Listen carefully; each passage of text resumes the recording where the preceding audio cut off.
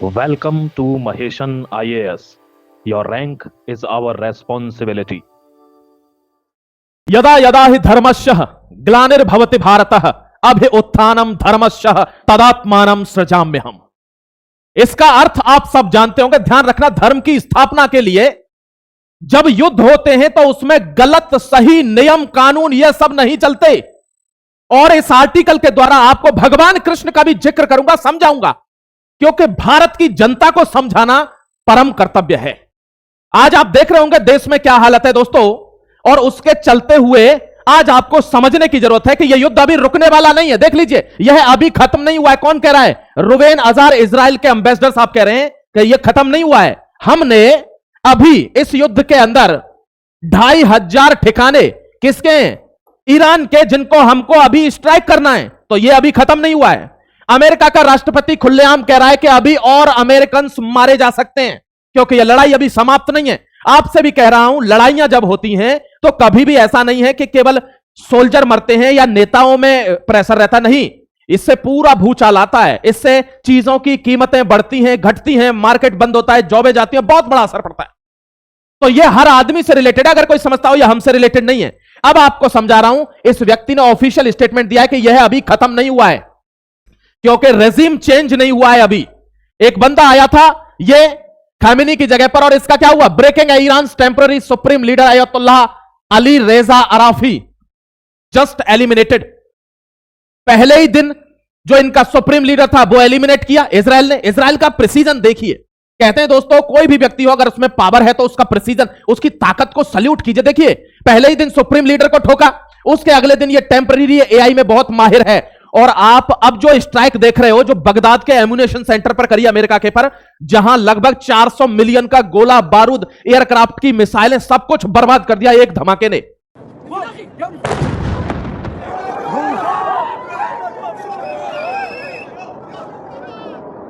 Oh my God! Whoa! Oh my God! Yo! Yo! Yo! Yo! No way! No way! कौन कर रहा है? Iran. मैंने आपको कहा ना, यह एस्केलेशन अलग लेवल पर जा रहा है। ध्यान से समझिएगा, यह आर्टिकल आपके लिए क्यों इंपॉर्टेंट है। यह आदमी कल ही सुप्रीम लीडर बनाया गया था, कल ही एलिमिनेट हो गया, खबर आ रही है। यह देखिए, यह परमाणु लग रहा होगा आपको, नहीं, यह परमाणु नहीं है। यह बगदाद का आर्टिफिशियल इंटेलिजेंस के थ्रू, यानी आप देख रहे हो अगर इतनी प्रिसाइज स्ट्राइक कर पा रहा है ईरान, कहां पर? Bahrain, Qatar, Jordan, Oman, Kuwait, इसका मतलब तैयारी इन्होंने पूरी करी हुई थी आक्रमण की।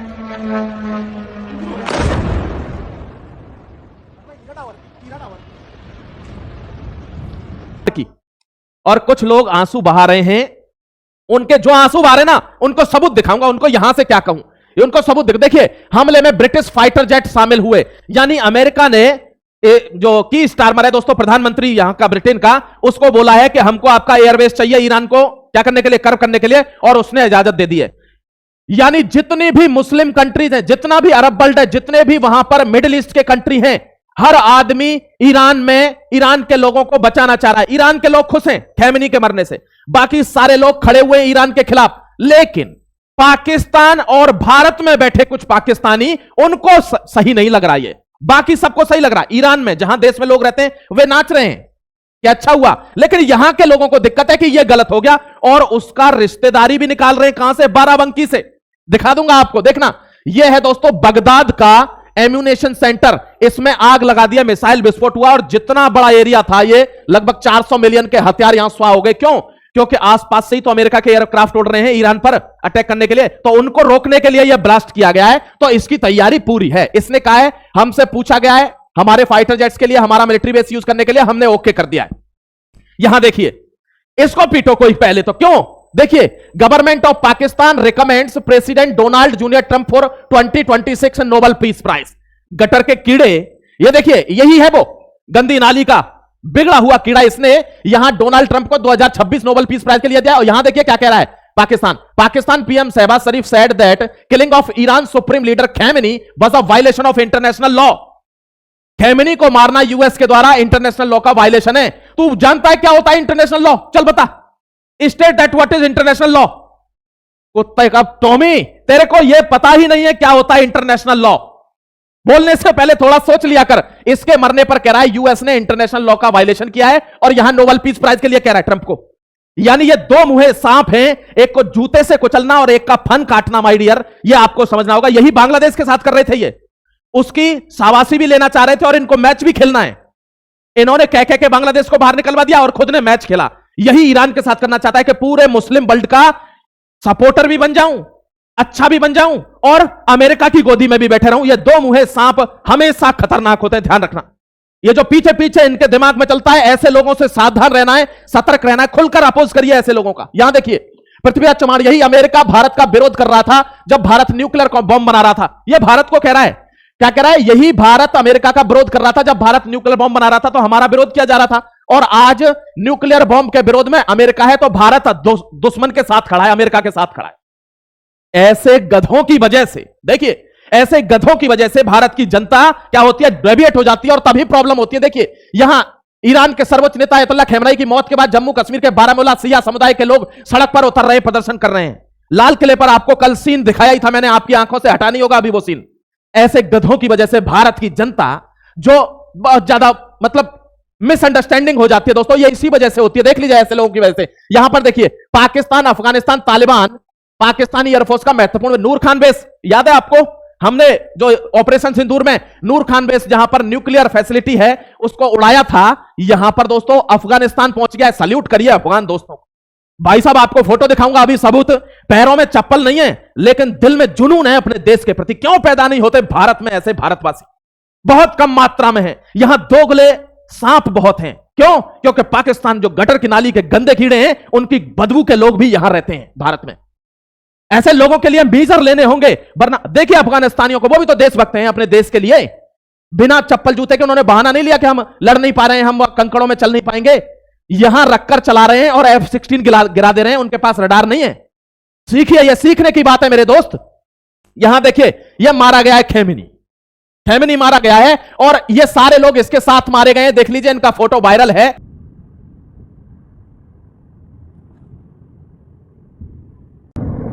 Holy shit. Oh my god. I don't know what that is, but sounds like hell.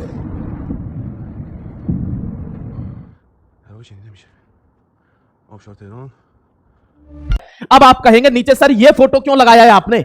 ये मैंने समझाने के लिए लगाया है कि अभी भी जिन लोगों की बुद्धि में बात नहीं आ रही है वो समझ जाएं कि जब धर्म युद्ध होते हैं तो भीष्म भी अच्छा व्यक्ति रहता है, दुर्योधन, कर्ण भी अच्छा व्यक्ति रहता है, गुरु द्रोण भी अच्छे व्यक्ति रहते हैं, लेकिन उनको सर्वनाश करवाना पड़ता है, उनको खत्म करना पड़ता है। क्योंकि जिसके पास धर्म भी है, नीति भी है, वो व्यक्ति स्वयं वो चालें चलता है। इसी को कूटनीति कहते हैं, डिप्लोमेसी कहते हैं। ध्यान रखना, भगवान कृष्ण स्वयं कहते हैं मैंने कभी झूठ नहीं बोला, लेकिन वहां पर क्या कहलवाते हैं, अश्वस्थामा हतो हतः, अश्वस्थामा मारा गया। और जैसे ही युधिष्ठिर कहता है कि नर नहीं कुंजर, और वैसे ही शंख बजा देते हैं, बात खत्म हो जाती है। गुरु द्रोणाचार्य को मरवाना था ना, भीष्म को मरवाने के लिए रथ का पहिया लेकर खुद भागते हैं कि तू नहीं मार रहा, हट, मैं अपनी प्रतिज्ञा तोड़ता हूं, मैं मारूंगा, और भीष्म को मरवाया जाता है। कर्ण का रथ फंसा रहता है। अब चूंकि धर्म की स्थापना करवानी थी और वो अधर्म की तरफ से लड़ रहा था, उसको मारना पड़ेगा और उसको मरवाना पड़ता है। ये सारी चीजें सीखने को मिलती हैं आपको यहां से कि अगर आप युद्ध में हैं तो कुछ लोग कह रहे हैं ये तो अच्छा नहीं हुआ, वहां के बच्चे दब गए, ये दब गए। जब वहां के बच्चे दबे थे तब कोई बोला था क्या? नहीं। इसलिए युद्ध में हर चीज आपको, क्योंकि उसका एक मोटो होता है, उसका मोटो होता है कि हमको नीति स्थापित करनी है, ध्यान रखना। और इनका मोटो क्या है? इनका मोटो है कि भविष्य में पाकिस्तान जैसा मुल्क जिसके पास एक न्यूक्लियर बम है, एक अकेला मुल्क हर जगह धमकी देता फिरता है। आसिम मुनीर की धमकी को बहुत दिन नहीं हुए जब उसने कहा था कि अगर हमसे छेड़खानी हुई तो आधी दुनिया को लेके मरेंगे। यह वही मानसिकता है और इसी मानसिकता के चलते हुए इजराइल चला हुआ है कि किसी भी दूसरे मुस्लिम देश पर अगर न्यूक्लियर आता है तो वो कोई भी तबाही मचा सकता है और यह हम होने नहीं देंगे, मानव जाति को खतरे में नहीं आने देंगे। लेकिन गंवार लोग इस बात को समझेंगे नहीं कि अगर किसी मुस्लिम कंट्री पर फिर न्यूक्लियर बॉम्ब आ गया तो तुम जानते नहीं हो, तुम हर समय बारूद के मुहाने पर खड़े हो। ये आतंकवादियों से इतना बड़ा हंगामा करवा सकते, तो न्यूक्लियर बॉम्ब से तो पाकिस्तान जैसा टुच्चा आदमी डर नहीं रहा किसी से। क्यों? क्योंकि न्यूक्लियर की धमकी दे देता है। ये देखिए ईरान ने हमला किया है, जो हॉर्मज है दोस्तों, यहां पर जो एक स्ट्रेट है जहां से सारा ऑयल जाता है मिडिल ईस्ट के लिए, उस पर हमला किया है। यहां भारत के 15 लोग सवार थे, टोटल 20 थे, उनमें से 15 लोग भारत के थे और उससे पर हमला किया ईरान की मिसाइल ने। हालांकि ओमान की जो नेवी है उसने इन सारे लोगों को अच्छे तरीके से इवैक्यूएट कर लिया है। पूरे भारत के लोग सुरक्षित हैं, ध्यान रखना। Indian crew under attack by the Iranian missile, यह क्रू था, इस पर हमला हुआ। यहां 15 लोग थे लेकिन इनको बचा लिया गया है। इंसिडेंट कहां हुआ है? Sky Light was stuck. Sky Light उसका नाम है, ये जो टैंकर जा रहा था जहाज पानी का। लोकेशन क्या है दोस्तों? लोकेशन ओमान के पोर्ट के पास, यही हॉर्मज है, ध्यान रखना।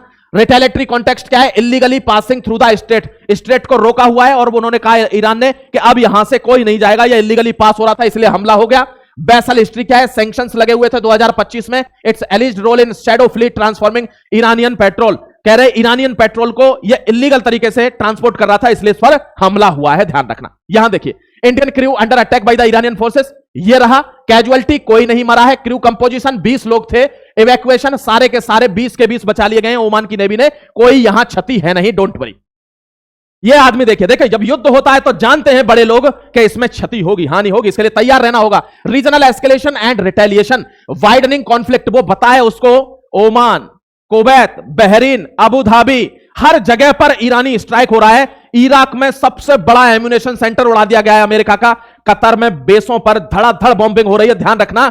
आपको वीडियो फुटेजेस देखते चलना दोस्तों, आपको पता चल जाएगा क्या हो रहा है। यहां देखिए, ये देखो भाई, ये अमेरिका का बेस है, हमारे पास में ही रहता है। ये देखो, ये देखो, अभी ईरान जो अटैक कर रहा है ना, ऐसा मार रहा है कि देखो, अभी अगर गिर गया इधर एक भी तो हमारा रूम उड़ जाएगा। ये देखो भाई, ये देखो भाई, कैसे ऐसा अभी मार रहा है ये। अरे ऐसा ईरान अभी, ये देखो, मार दिया। तेरी की पूरा रूम हिल रहा है। Wide impact explosion, debris from interception were reported across the Gulf hubs including Dubai, Abu Dhabi, Doha and Manama।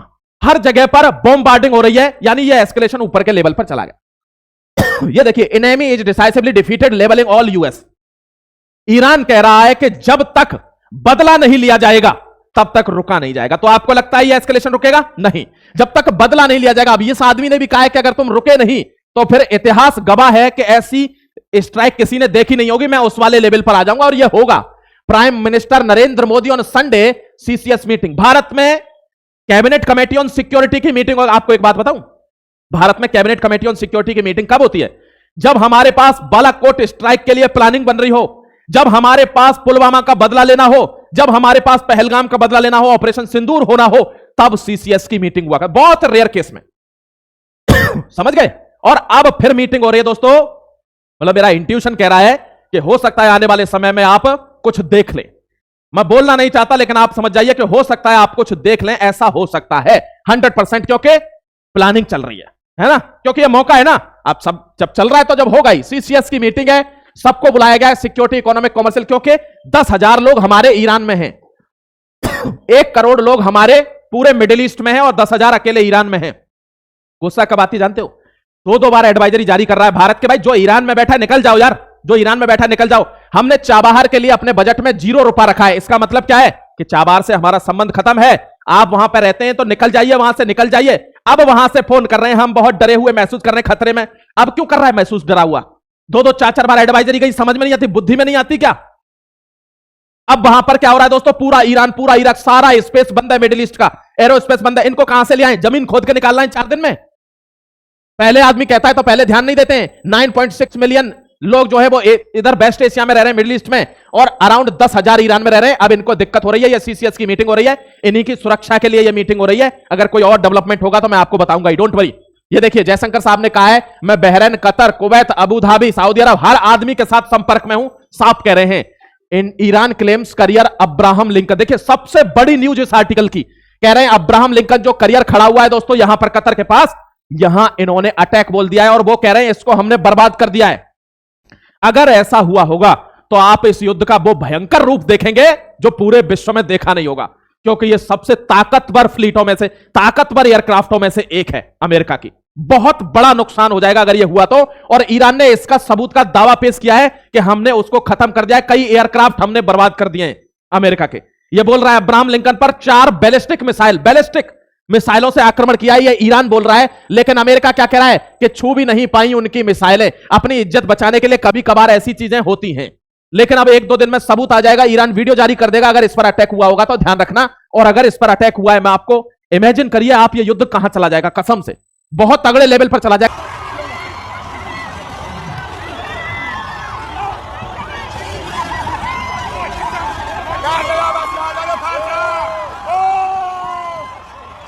देखिए व्हाट मोर क्लेम्ड, ये कह रहे हैं हमने इस पर आक्रमण किया है, हमने इनके एयरक्राफ्ट गिराए हैं। ये आईआरजीसी क्लेम कर रही है ईरान की अब्राहम लिंकन पर, और ये कह रहा है हम सेंटकॉम को कंटिन्यूअसली सपोर्ट दे रहे हैं, हमारे एयरक्राफ्ट को कुछ नहीं हुआ है, एयर कैरियर को कुछ नहीं हुआ है।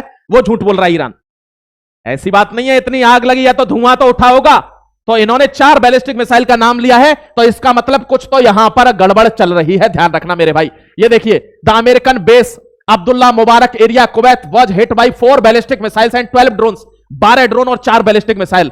The Iranian consulate in Hyderabad in a post X today said 4 drones stuck the merchant ship carrying ammunition for the American warship. एक शिप को भी हमने उड़ाया है जो हथियार लेकर आ रही थी, गोला बारूद लेकर आ रही थी अमेरिकन वॉरशिप के लिए, उसको हमने वहीं उड़ा दिया। इनके वीडियो आएंगे, इनके वीडियो जारी होंगे, टेंशन मत लेना। ये देखिए ये समझ गया है कि अब छिड़ चुकी है तो छोड़ना बेवकूफी हो जाएगा, अब छिड़ चुकी है तो छोड़ना बेवकूफी हो जाएगा। ध्यान रखना इसके पीछे कौन खड़ा है, इसके पीछे खड़ा है इजराइल। और दोस्तों ये फेमस है, माहिर है आदमी को घर में घुसकर मारने के लिए, और भारत की रणनीति भी अब इसी पर चलती है कि घर में घुसकर मारने के लिए। इसीलिए कह रहा हूं अगले 10-20 दिन के लिए थोड़े से सतर्क हो जाइए, थोड़े तैयार रहिए, थोड़ा सा कैश हाथ में रखिए, अगर कुछ होता है तो थोड़ा सा बैकड्रॉप आएगा, इसलिए थोड़े सतर्क रहिए मेरे प्यारे भाई। यहां देखिए ये कह रहा है कि कुछ अमेरिकन अभी और मारे जा सकते हैं क्योंकि ये युद्ध चलेगा, ध्यान रखना। अब मैं उनके लिए जवाब दे देना चाहता हूं जो गिदड़, जो मगरमच्छ के आंसू रो रहे हैं। 1965 में, 1971 में इंडो पाक वॉर में Iran under the Shah provided Pakistan with military equipment including weapons 12 helicopters in 1971। कहां है ये? वही ईरान है, पाकिस्तान को प्रोवाइड कराए थे शाह की रेजिम में। यहां देख लीजिए, सबूत के साथ आ रहा हूं। Artillery, ammunition, refuelling facilities for the jets, medical supply, 5000 ton of petroleum and diplomatic backing, publicly stating 100% support for Pakistan and viewing India's action as aggression. Bharat को कहता है कि उसने एग्रेशन किया और पाकिस्तान को 100% सपोर्ट के साथ, यह वही ईरान है। ध्यान रखना, जब दो में से एक को चुनना पड़ता है तो फिर आपको निर्णय बनाना पड़ता है। यह भारत की डिप्लोमेसी है, कोई एक आदमी इसका निर्णय नहीं ले रहा है, पूरे जो जितना भी मीटिंग है, जितनी भी कैबिनेट है, वो पूरा इसका ऑर्डर लेती है। This is confirmed across historical records, US State Department works, Wikipedia summaries, हर चीज रिकॉर्ड पर है। विकिपीडिया में चले जाइए, यूएस स्टेट डिपार्टमेंट की डॉक्यूमेंट्स में चले जाइए, ये चीजें मौजूद है जो हुई है भारत के साथ। ये उनके लिए जवाब है जो बिलख रहे हैं कि वो मर गया। यहां देखिए, यह है दोस्तों अफगानिस्तान का फोटो दिखा रहा हूं, नाम नहीं लूंगा इनका, लेकिन बिना चप्पल जूते पहन के एक देश की फील्डिंग सेट कर रखी है। एक ऐसा देश जो अपने आप को राजा दिखाता है लेकिन है भिखारी। औकात उसको भी पता है अपनी, लेकिन दिखाएगा कैसे? मैं राजा हूं। वो ये इसी वजह से इनकी औकात इनके सामने आती है। ये वो लोग हैं जो गुरूर में ऊपर थूक जाते हैं और फिर मुंह पर ही गिरता है। सबको उसका एक ये दिन देखना पड़ता है, अगर उसमें ऐसी चीज है तो। देख लीजिए, चप्पल नहीं है इस व्यक्ति के हाथ में और ऐसी तैसी करके रखी हुई है, किसकी? पूरे देश की। कुछ कर नहीं पा रहे। ये आपको देखना, क्यों नहीं कर पा रहे पता है? जो अपने देश के लोगों के लिए खाने की व्यवस्था नहीं कर सकता है, वो हथियार और गोला बारूद इकट्ठा कर रहा है, वो है पाकिस्तान। तो ऐसे देशों का यही हश्र होगा। देखिए, ट्रंप ने कहा है कि continue attack on Iran says more US troops can die, मर सकते हैं कुछ। देखिए ये फिगर अगर आपको दिख रहा है, बहुत ध्यान से देख लेना। ये है दोस्तों वो स्टेट ऑफ हॉर्मोस, ये पूरा बंद हो गया है। ये कितने का है? ये 33 किलोमीटर का है और ये पूरा क्लोज है। इससे ही पूरे मिडिल ईस्ट के लिए चीजें जाती हैं। ध्यान रखना, ये पूरा ब्लॉकेज हो चुका है सऊदी अरबिया और इन सब के लिए। अब यहां से ऑयल जाता था तो यहां से ऐसे करके जाया करता था ऑयल, अब ये पूरा बंद हो गया। मतलब 90% ऑफ जो ऑयल ट्रेड है किसका? ईरान का, वो क्लोज्ड है। तो बहुत बड़ा इंपैक्ट पड़ेगा अगर रशिया बीच में इंटरवीन नहीं करता। देखो, रशिया ने एक धमकी दी, आपको बता देता हूं कि 3 महीने के लिए ईरान तैयार है। किसके लिए? लड़ने के लिए अमेरिका से, क्योंकि रशिया भी अपना पूरा बदला लेगा इस बीच, उसको पता है, खुलकर हो गई है। दोस्तों, रशिया और चीन इस युद्ध को ज्वाइन ना करें तो हो सकता है एक बार को वर्ल्ड वॉर ना हो। अगर 10% भी ज्वाइन कर लिया तो आपको बहुत जल्दी वर्ल्ड वॉर देखने को मिल जाएगा। समझ गए? क्योंकि इसकी वजह से सिर्फ ये नहीं है, अब ये ऑलरेडी चोक रहती है सुएज कैनाल, ये और ज्यादा चोक हो जाएगी। यहां देना माय डियर, ये हॉर्मज एकदम चोक है, इससे सारे ऑयल के प्राइसेस, डीजल, नेचुरल गैस, हर चीज पर फर्क पड़ेगा। इसके प्राइसेस गिरेंगे, बढ़ेंगे, मतलब थोड़े हाइक हो जाएंगे। ये इस युद्ध के कॉन्सिक्वेंसेस होंगे, ध्यान रखना। अब बहरीन, ईरान, दुबई, कतर, सारे लोग शामिल हो गए हैं। ये कौन है दोस्तों? ये विनोद से कहते हैं कि एक चाय और मंगवा ली जाएगा। क्यों? क्योंकि लग रहा है खेल लंबा चलेगा। हां, 100% लंबा चलेगा। जो भी डेवलपमेंट होगा आपके सामने लेकर आऊंगा, क्योंकि बात अब इस लेवल पर आ गई है कि अगर कुरुक्षेत्र छिड़ ही गया है तो तू नहीं लड़ेगा तो हम लड़ेंगे। अब हर आदमी इस मामले में लेकर खड़ा है कि अब हमको लड़ना होगा, दूसरा रास्ता नहीं है। यह पूरा आर्टिकल मैं आपके लिए इसलिए लेकर आया हूं। कोई भी डेवलपमेंट आगे आएगा मैं 100% आपसे फिर मिलूंगा। जय हिंद, वंदे मातरम। भारत की तरफ से मैंने आपसे जो कहा है, थोड़े से सतर्क रहिए, क्योंकि हो सकता है आपको कुछ देखने को मिल जाए। बादल ऐसे बने हुए हैं। जय हिंद, वंदे मातरम। God bless you.